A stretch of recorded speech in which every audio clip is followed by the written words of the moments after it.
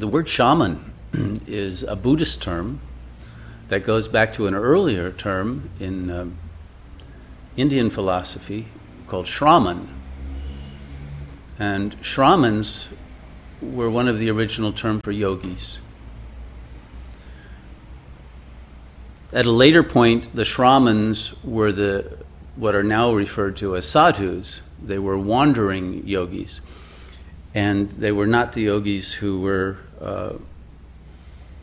living in ashrams so much as those who would wander about from village to village and offer their powers of healing and of spiritual help. So Buddha was a Shraman, for example, as was Mahavira, the founder of the Jain religion. The word itself goes back etymologically to meaning one who overcomes evil. And also in Sanskrit, it has the meaning of one who makes the effort to attain the highest consciousness. Both of those go together in the Sanskrit and in the Pali language of early Buddhism. So the original shaman is a yogi. There's no distinction. It's only later that in different cultures that take on the use of this term that there become variations of its meaning, and that in a number of cultures that emphasized what we could call the intermediary dimensions of reality, that are not the supreme reality, but that are the level of reality on which the phenomenon of spirits and of angels and of various other paranormal phenomena became the work of shamans to deal with. And in more primitive cultures, animistic cultures, let's say, in which the mythologies of the various forms of deity were important in the overcoming of illnesses, that because of the belief system of people in those cultures, it was necessary to do battle with the personified forces in the body, let's say of someone who is sick, or in the environment to counteract negative energy fields, etc. That shamanism became very well versed in the perception of these subtle energy forms, and the use of spells and chanting and various other techniques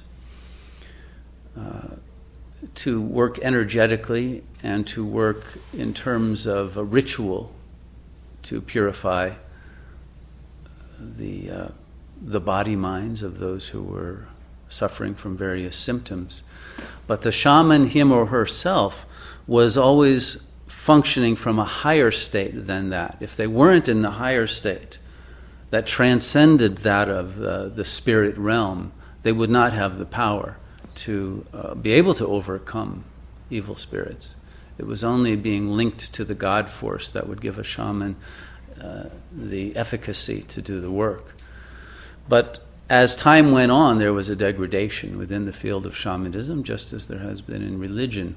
And more the shamans would depend on psychedelics, entheogens, plant allies to do the work, rather than on the meditative union with God. And this has led to abuses in the modern time of pseudo-shamanism and psychedelic shamanism that is based on a materialistic understanding of reality. And so now you have a lot of Western shamans who follow people like Timothy Leary, Terrence, McKenna, who, although they saw a great deal, they make the mistake of believing that the relative mind